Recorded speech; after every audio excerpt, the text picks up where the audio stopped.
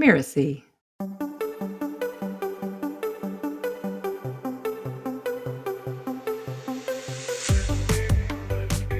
I was hitting $10,000 months and then $20,000 months. And that lasted for a few years and continually doubling and tripling revenue on my way to seven figures. Like, rah, rah, I'm almost 30. I'm going to be at seven figures. I'm going to be on all those lists in the magazines. And then I had my first child. Hello, and welcome to Blowing Up, the podcast that shows entrepreneurs like you how other businesses exploded in the best possible way. I'm Linda Claire Puig, the founder and CEO of Six Figure Newsletters, and I'm here with my co-host, Ari Eni, the head of strategy for the ACES Business Acceleration Program at Mirasee. Hey there, Linda. In each episode of Blowing Up, we showcase an entrepreneur whose business blew up. It experienced what seemed to be a sudden success, but as we all know, that kind of success is not random or a fluke. The company employed a specific strategy that caused its rapid rise in revenue. So today we're going to do a deep dive into that strategy so that you can learn from it and determine how you might apply elements of it to your business. In this episode, we look at messaging. Now, messaging is not just the words on your website. It's a whole lot more. And it underlies your success or lack thereof to a degree that you may not be aware of. Our guest is Holly Chantal. Holly has been in the branding and messaging space since 2009. She helps visionary coaches and service professionals enroll more clients into high-ticket offers without launches or Facebook ads. Welcome to Holly, and let's jump right into the conversation. What's funny is that the strategy that has helped my business blow up has helped my business blow up multiple times. I feel like many entrepreneurs, we have ups and we have downs. And it's kind of like that next breakthrough, you feel like you've blown up and made it all over again. Right. And each and every time what it's come down to is really honing in on what is that right offer for the right audience and how do you position it. I'm glad that you said something about ups and downs. I think of it as expansion and contraction. Yeah. And I know that when it first happened for me, it was a little freaky. It's scary when things are going really well and then all of a sudden it's like you're kind of looking back and realizing, okay, I've plateaued, things are not growing as much as they were, and then they may even start declining. And I find that this happens for a couple of reasons. One, sometimes you're reaching an upper limit, and when you hit that upper limit in your business, it's actually an upper limit within you, what you actually believe is possible. My biggest implosion was when I went from single woman to married to having kids and having to really readjust my expectations on what I was personally capable of. Let's talk about the pinnacle pre-motherhood and the pinnacle after motherhood. What did that look like for you? What did that feel like for you? It's really cool because I've never looked at it this way before. And just you saying that brings up all the feels. I was 24 and had zero life experience. I'd just come out of grad school and wanted to help people build websites and market online. Within just a few months, I was booked solid. I was hitting $10,000 months and then $20,000 months. And that lasted for a few years and continually doubling and tripling revenue on my way to seven figures.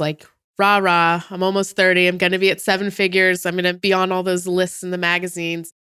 You know that image of a woman standing on top of a mountain with her hands spread up and her legs spread apart, and it's just yeah, it's I can do no wrong. This is I'm queen of the world. This is amazing. Right. And then I had my first child. So that was the first pinnacle, and that was pretty sweet. And then the second pinnacle is much more recent. It required a lot of, like I said, shedding of the layers, shedding of the shoulds, and really readjusting expectations. During the pandemic, I was working 2 hours a day maximum if I was lucky because I had 3 children home with me and I was homeschooling and I was doing all the things. And so that is just a whole different picture of success. So talk to us about this thing that you do that has caused your business to both explode and also successfully remain where it is. The most important piece that's missing from people's marketing is why you do things the way you do. Why my way? Right. And why is this the missing piece? What is someone missing and why hasn't what they've tried worked so far? And then how do we communicate that? So that's what I really like digging into, is kind of breaking apart the mechanics of what has gotten you results, what is getting your clients results, and then how do we put words around that and build a package around that, because it really elevates the value. So how would someone get started with that process? You're mentioning a lot of different things. Where would you recommend people start? It's going to sound really cliche, but where you start is with target audience. Great. That old thing. Yeah, that old thing that everyone talks about. Right. It's really the psychographics, which is what is driving them to want this? What is showing up in their life right now that they need to change? And what have they tried before? Why has it failed? What do they already have in place that they can leverage? And then what do they have working against them? And when you can understand those things, you have the opportunity to create this paradigm shift for someone where they have that aha moment that says, oh, this is the piece that I've been missing. So-and-so has the answer. Can you give us an example of a before and after situation with a personal client or with your own work? So I have a client who was offering done-for-you services. And what that does is it really limits how many clients you can work with, because you're literally trading time for dollars. Exactly. What he wanted to do was move into high-ticket coaching. So instead of charging $2,500 for this marketing package, he wanted to offer coaching that was $1,500 a month retainer, which is a big difference. That's $18,000 versus $2,500. What he was finding is that as he was trying to sell his coaching, he had a hard time feeling like it was going to be tangible, couldn't really promise them results. So he would offer done-for-you deliverables as part of the package. He felt more confident, they felt more confident. And what he was doing is really defeating the purpose, because in the end, he was actually getting paid less for his time, because now he was coaching and doing done for you. Right. So what we did was really got clear on that target audience. What is that point A that they're starting at? What do they need to have going for them in order for him to be able to comfortably say, you're going to get results? And then what is the point B that is going to get there? And we mapped out the steps that they would be taking through. Like, what do the milestones look like to getting to point B in a way that they would really understand and see themselves? And then what were his methods for getting there? And it turns out years ago, he'd written a book. Forgot about that. Yeah, it laid out his 6-part system that just so nicely matched this audience that he hadn't actually honed in on yet.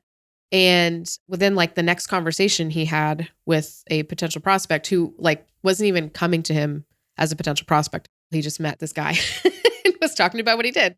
The guy signed up within a couple days because it was so clear to him what working together would look like, and he wanted that result. So he got that $1,500 a month retainer just for coaching. And it all came down to him being able to make it feel tangible without having to promise done-for-you results.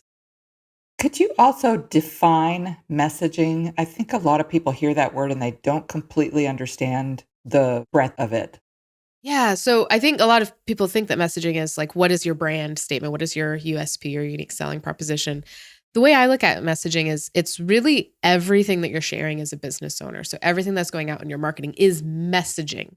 Your messaging is what's underlying everything that you're sharing and making sure that it's hitting all of the right points that you want to be remembered for, and that are going to get those people that fit your target profiles to perk up and say, ooh, that sounds like me. It's your emails, it's your social media posts, it's your conversations. It's your LinkedIn bio. It's everything.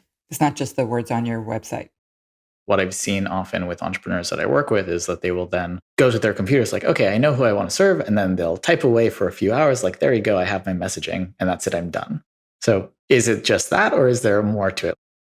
I was doing an audit on someone's webinar, and the way she described her target audience was so clear and so nuanced and beautiful.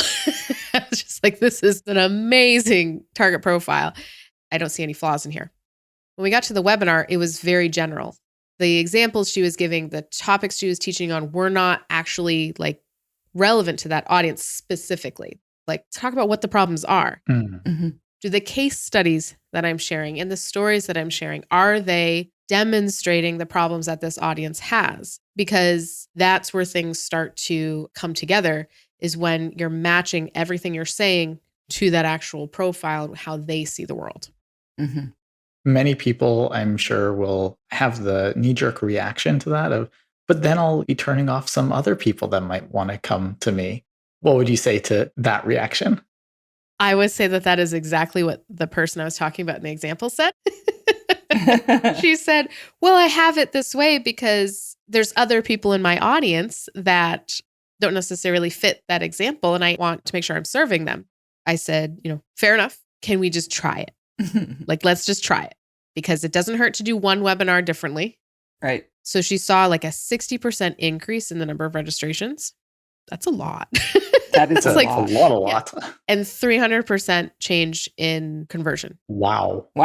It made such a difference right away. And the reason is because when she was trying to talk to all of the people, she was not sharing anything that made someone go, oh, that's me. And oh, I can see that working in my situation. This is exactly what I need. She gets it.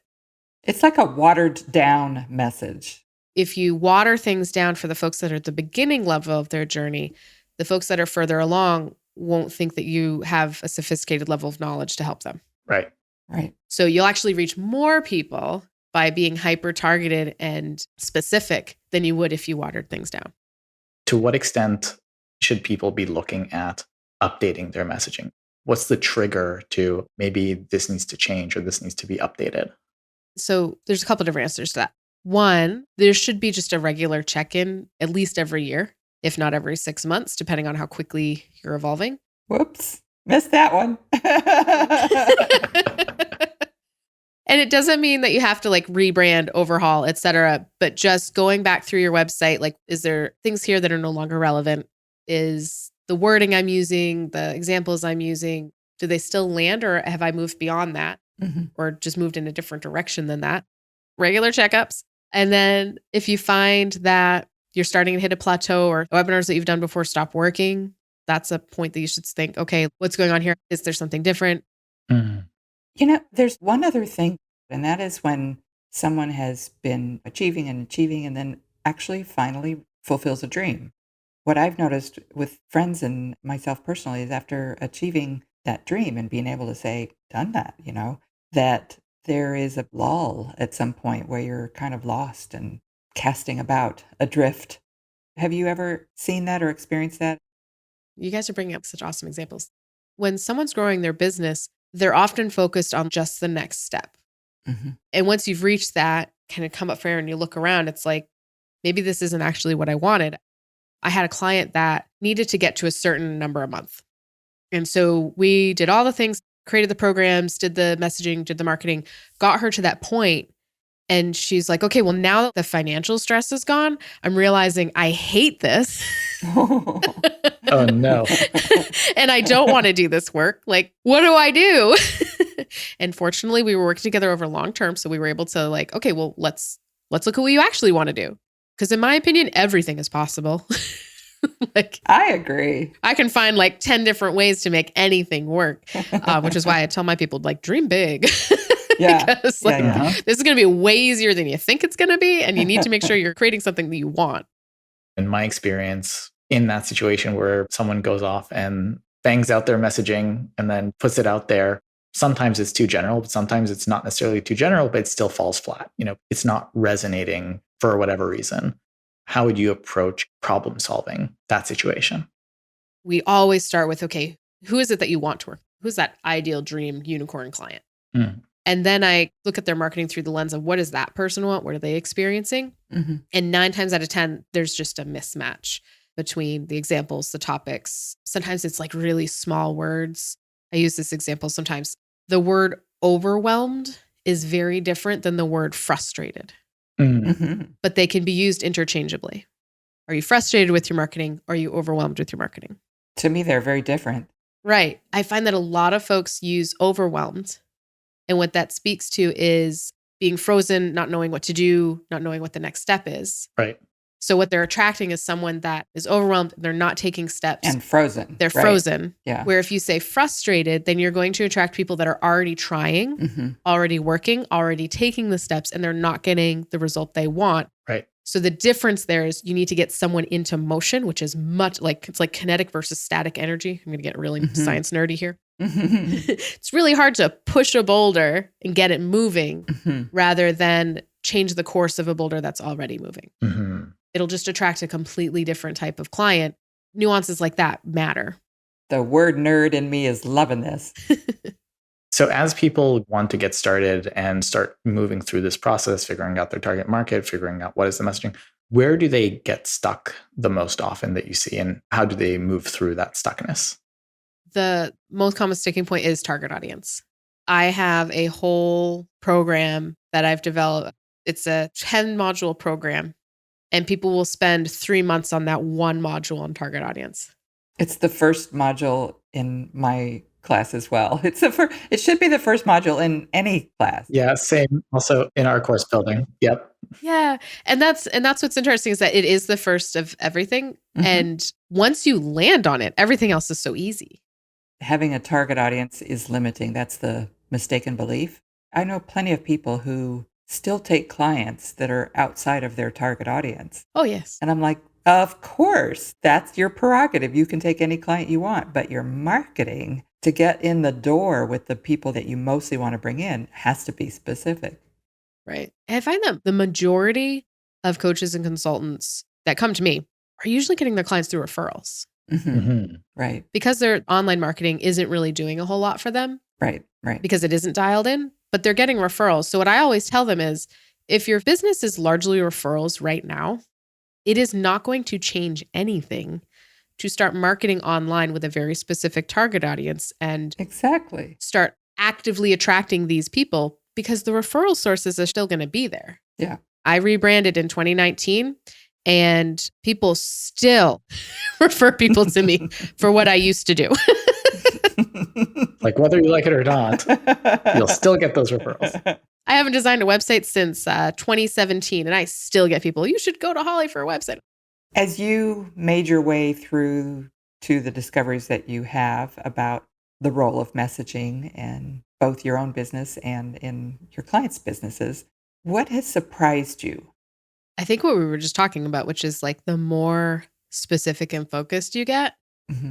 the more people respond. Mm-hmm. I've done the hyper-focused, and it always performs better than the more general approach. Mm-hmm. And that always surprises me, because it's like, are there really that many people that fit that specific profile? Apparently. So let's talk. Holly shared some gems that often get lost in our push to market and sell, to get new clients and add subscribers and attract people to your webinars, et cetera, et cetera. And that is that everything that you're sharing as a business owner, everything that's going out in your marketing is messaging. So make sure that it's hitting all of the right points that you want to be known for.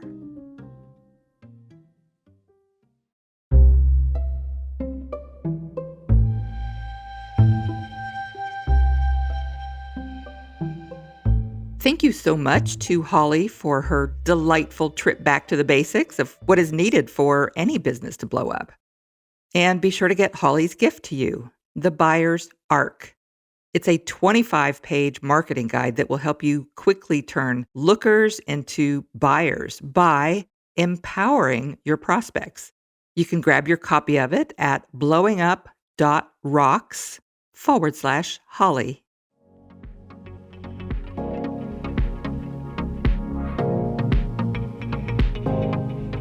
This episode of Blowing Up was produced by Linda Claire Puig. Cynthia Lam is our managing producer, and Danny Eni, our executive producer. Post-production is by Post Office Sound. To make sure you catch all the really great episodes of Blowing Up, follow us on Apple Podcasts, Spotify, or wherever you're listening right now. And if you like the show, we'd love it if you could leave us a starred review or share the show with a friend. Thank you for listening, and we'll see you next time.